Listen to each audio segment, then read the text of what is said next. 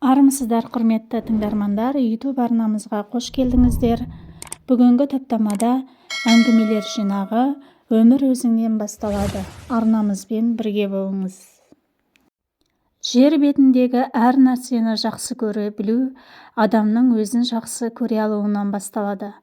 Адамның көбі ойлана бермейтін ақиқат, тіршілік күйбеңіне түсіп кеткен соң, ненің не екеніне мән беруден қаламыз.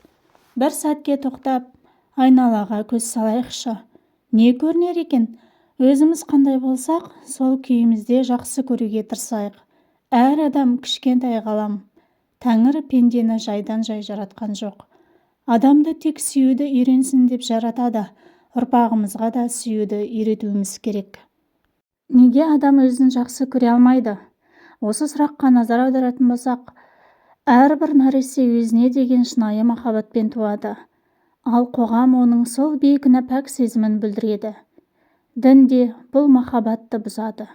Өйткені бала өзіне деген махаббатпен емес, жаратушыға бас июге тәрбиеленеді. Президентті кім жақсы көреді сонда? Ата-анасын кім жақсы көруі керек? Баланың өзіне деген сезімінен көңіліне бөлу керек. Оның махаббаты өзіне емес, тек сыртқы нысанға ғана бағытталуына жағдай жасалады. Осының салдарынан адам тез жұтайды. Өйткені өзіңнен бөгдені жақсы көру, мейлі ол жаратқан болсын, Рим папасы өз әке-шешең, күйеуің, әйелің, балаң болсын, кім болса да адамды өзіне тәуелді етпек. Адам өзін екінші сатыға түсіріп алады. Нәресте ұлы қалаған болып туады. Өз-өзіне көңілі тоқ болған кезде, бірақ әкесімен жақсы көр деді. Анасы мені жақсы көрші дейді. Айналаның бәрі мені жақсы көр деп оның сезімін сарқылтады. Өзін жақсы көре алмаған адам өзгені де сүйіп қарқ қылмайды. Өзін жақсы көре алмаған адам өзгені сүйе алмайтыны ешкімді мазаламайды. Біздің қоғам мүлде кері бағытта дамып жатыр. Оны дұрыс айту қате. Біздің қоғамдағы адамдар өзгені жақсы көруге тырысады, ал есесіне берер дымы жоқ. Оның махаббатына да ешкім ештеңе бере алмайды. Неге ғашықтар үнемі керілдеседі, бір-бірін қызғанышпен буындырады? Себебі сондай қарапайым, қалғанын ала алмайды әйтеуір. Бір-бірінен ала алмай әуре. Өйткені екеуі де кейде жарлы дымы жоқ, бос кеуде бос күйіз болады. Баланың тәрбиесі дұрыс болса, оған өзін жақсы көріп өсуге мүмкіндік тудырса, ол өзіне деген махаббатпен өседі. Суы шөпілдеген құдық сияқты. Суы толысқан соң, яғни махаббаты толысқан кезде адам онымен бөлісуі қалыпты жағдай болуы тиіс. Махаббатты жетілген соң, оны өзге жанға беру керек. Сонда ғана махаббат сені өзгеге тәуелді етпейді. Адам берешек, берген адам кедей емес. Екіншісі де солай, беруші болады. Екі қаған, екі еркін. Жүрек кездескенде зор қуанышы шуақ шашады. Ешкім ешкімге тәуелді болмайды. Екеуі де азат ойлы, жеке тұлға, өз негіздерін терең таниды. Өздерінің сезіміне сенімі нық. Өзін жақсы көріп өскен адам тамырын тереңге жіберген өсімдік сияқты. Өзін жақсы көрген сайын махаббат деген шырын еселене береді. Тамыры тереңдейді, бүршік атады, гүл ашады. Бұндай адамды ырым тыйымдардың кесірінен қоғам ойлап тапқан шектеулерден таба алмаймыз. Қоғам сенің махаббатыңды өздеріне бас егізу үшін ұрлап алды. Сенің тұлғалық өзгешелігіңді таптады. Оның логикасын түсінуге болады. Шынайы махаббат.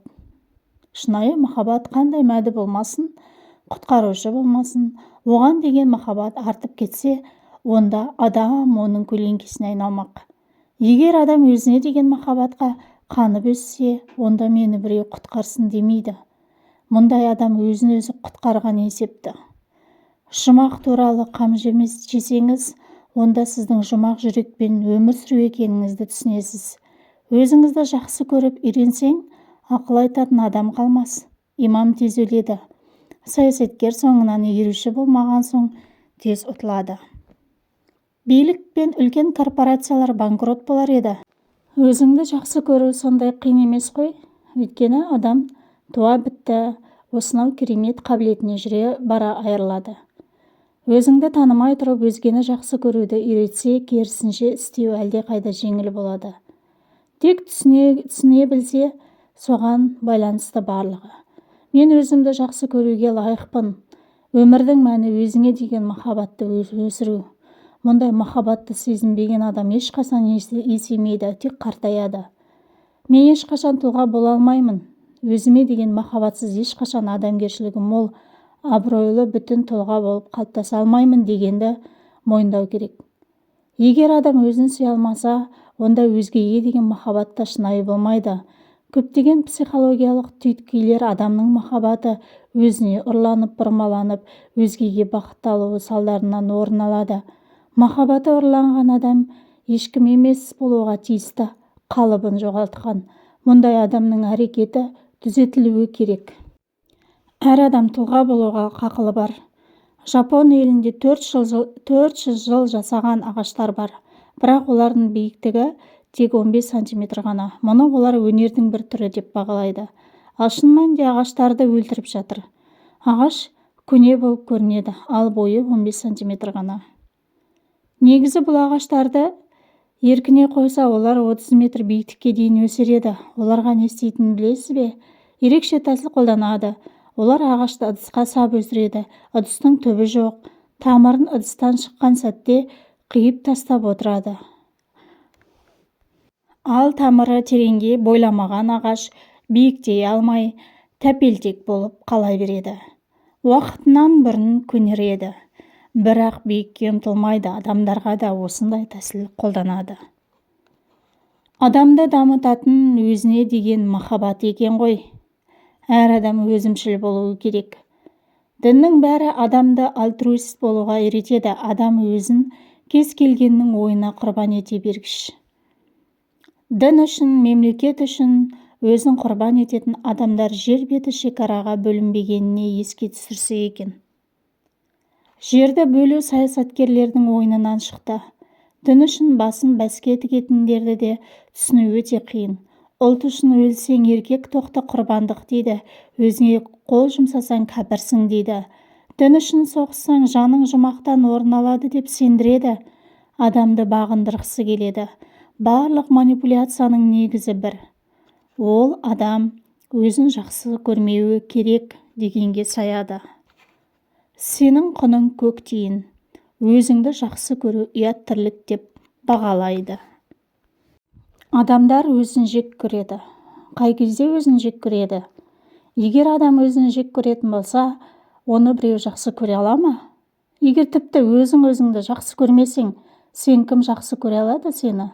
Айтшы, сені кім жақсы көреді? Өзгенің махаббатына бұл жағдайда қалай сенуге болады? Адам туа салысымен белгілі бір қағидаларға, діни догмалар, саяси идеологиялықтарға сеніп өсетін болса, оның құны жоқ. Адам туғанда өзінің өмірін алдын ала таңдап қоймайды. Оған оны тықпалады. Әрбір нәресте өмірге таза тақтайдай болып, саф күйінде келеді. Оның санасында Інжіл, Құран, Капитал жазылмаған. Ол өзімен бірге ешбір қасиетті кітапты тудырмайды. Бейкүнә сәби, бірақ оның осы бейкүнә қалыбы кей адамдар үшін тыныштық таптырмайды. Діни қызметкерлер, саясаткерлер, ата-аналар, мұғалімдер оның таза санасына өзінің қалауын шимайлайды. Бала соның бәрі маған керек екен деп қабылдайды. Адамдар баланың қалауын бүлдіреді. Содан кейін өз қалауын тықпалап, баланы тізерлетеді. Қиын адамдар. Миллиондаған жылдар бойы бір көрініс қайталана береді. Адам құлдық санадан құтыла алмай өмір кешіп жатыр. Өзің толыққанды емесін сезініп өсіп жетіледі. Өзінің не істесе де пайдасын тигізе алмасын біліп қиналады. Одан талап еткеннің бәрін орындай алмасын біледі. Осы ол қылықты түсінген мәдірлер күшейе береді. Адам оларды құтқарушы деп сенеді.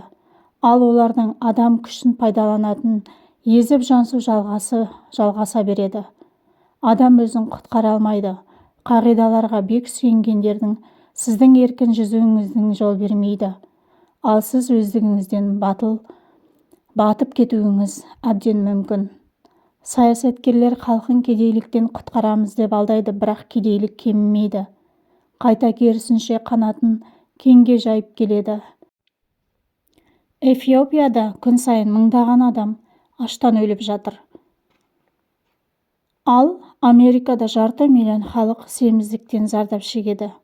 Америкада адам тамақты көп ішкеннен өлсе, африкалықтар жерге нан таппай қырылып жатыр.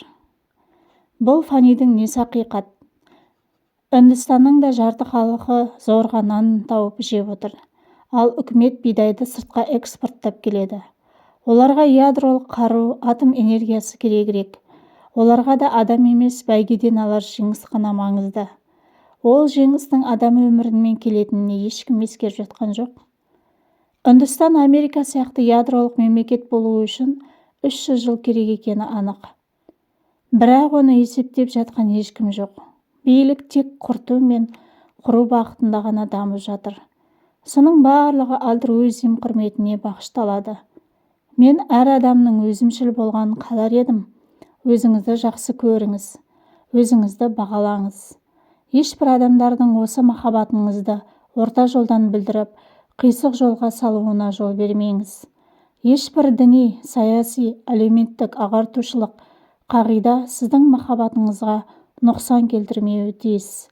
Дін мен ұлт та адамды іштей тез шірітеді. Сіздің басты жауапкершілігіңіз ол сіз. Егер адам өзін жақсы көріп, өзіне қамқорлық жасай білсе, оның интеллекті өседі, оның махаббаты толысады. Өзін шын жақсы көру пәлсапасы адамды шын бақытты етеді. Өйткені өзінде беретін қазына көбейген соң бөліскісі келеді. Бөлісу адамды бақытты етеді, қуанышқа бөлейді. Альтруизм деген өзіңді жақсы көрудің кері әсері ғана. Егер адам өзін жақсы көрмесе, ол әлсіздігін сезінеді. Жақсы көру деген қоректену, қуаттану. Өзін жақсы көрмеген адам бар жауапкершілікті өзгенің мойнына ілпенді жақсы көреді. Құдай жауапты, тағдыр жауапты. Басқа адамдар тексіз емес. Хауананы азғырған жылан жауапты. Жауапкершілікті өзгеге ілу деген, іле салу деген үлкен жауапсыздық. Жауапкершіліктен қашу адамның жеке тұлға болып қалыптасуына кері қарай әсер етеді. Адам жауапкершілікке өзін жақсы көре білген кезде келеді. Әр адам өз жауапкершілігіне қуанып, соған сай өмір сүреді. Жауапкершілікті өзгеге арту, уақыт жоғалту, еркіндігіңді ұрлату, өзгенің тәуелділігіне түсу. Жауапты болу адамға қуат күш сыйлайды. Адамның тамырын тереңге тартуға мүмкіндік береді. Жауапкершілікті алудың қайнар бұлағы өзіңді жақсы көруден басталады. Ал менің таңдауым жұмақ адамға еркіндік пен өзінің менін сыйлайтын орда болса керек. Жұмақ адамды жіпсіз байлап ұстайтын абақтыға айнала алмайды. Мына жолмен жүрсең жұмаққа барасың деушілерге сену таза ақымақтық. Жұмаққа жолда адам өз менімен, өз жолымен салуы тиіс. Адам ең алдымен өзінің менін табуы керек. Өзіңді сыйла. Жер бетінде аяқ басып жүргенің үшін бақытты сана өзіңді. Әйтпегенде адам жер басып жүрмес еді. Жер бетінде жүргенің үшін ешкімге ештеңе берешек емессің. Тек жүрегіңе сен. Адам өзіне сенсе, әлемдегі көп тығырықтан құтылар еді. Сонда адамды ешкім езіп жаншуға беттеместей еді. Өзін жақсы көруді үйренген адамның бүтіндігі екі аяғына нық тұрған адам басына не іс түссе де оны көтере алады. Өмірге риза көңілмен жүреді. Ол тіпті өлімді де ризашылықпен қабылдайды. Өзіне билік жүргізуге мүмкіндік бермейтін адамды қоғам жазалауды дұрыс санайды. Бірақ азат адам әрдайым өзінің еркіндігін жоғары бағалайды. Сократ айтыпты, өтірік пен аярлықтан көз ашпаған қоғамда өмір сүріп шындықты айту деген өлім сұрау дегенді білдіреді. Сондықтан менің өліміме ешкім кінәлі емес, тек өзім ғана. Шындықты айтпасам, өлгенім артық, менің таңдауым. Өзімнің ойыма сай, сезімдерімді жасырмай, қалаған өмірімді сүрдім, енді дәл солай өлгім келеді. Ешкім өзін кінәлі сезінбесін. Өз тағдырыма өзім жауаптымын. Ешкім мен үшін ештеңе шешпейді. Мен өзім үшін өзім шешемін. Абыройыңды сақтау деген сол.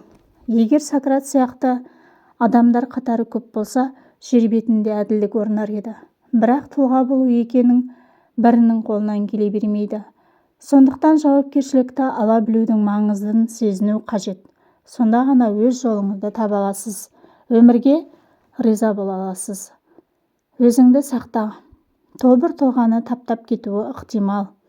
Бірақ тұлға ғана пышақтың жүзінде лыпып тұрған өткір жүзбен жүре алады. Нар тәуекелге бел буа алады. Адам неғұрлым қауіп-қатерді көбірек сезінсе, соғұрлым өзін тірі сезінеді. Бір сәтте бүкіл ғұмырды сүрудің мүмкіндігі болса, ондай адам сол бір сәтті таңдар еді. Олар барын бәске тігіп өмір сүреді. Адам іскер емес, түйсікпен сезетін ойыншы іспетті болғаны жөн. Келесі сәтке ештеңе қалдырмаңыз. Бірақ неге екен келер сәт сізге бұдан да көп олжа сыйлары хақ. Кедей адам болып қалсаңыз да, көңіл түкпірінде осылай жасағаныңызға бір ризашылық пайда болады. Өзіңізді қаған сезінесіз. Адам жаман жағдайға түсе алмайды. Бірақ бала күніндегі ессіз күлкісін ұмытса, онда қақпанға түскендей болады.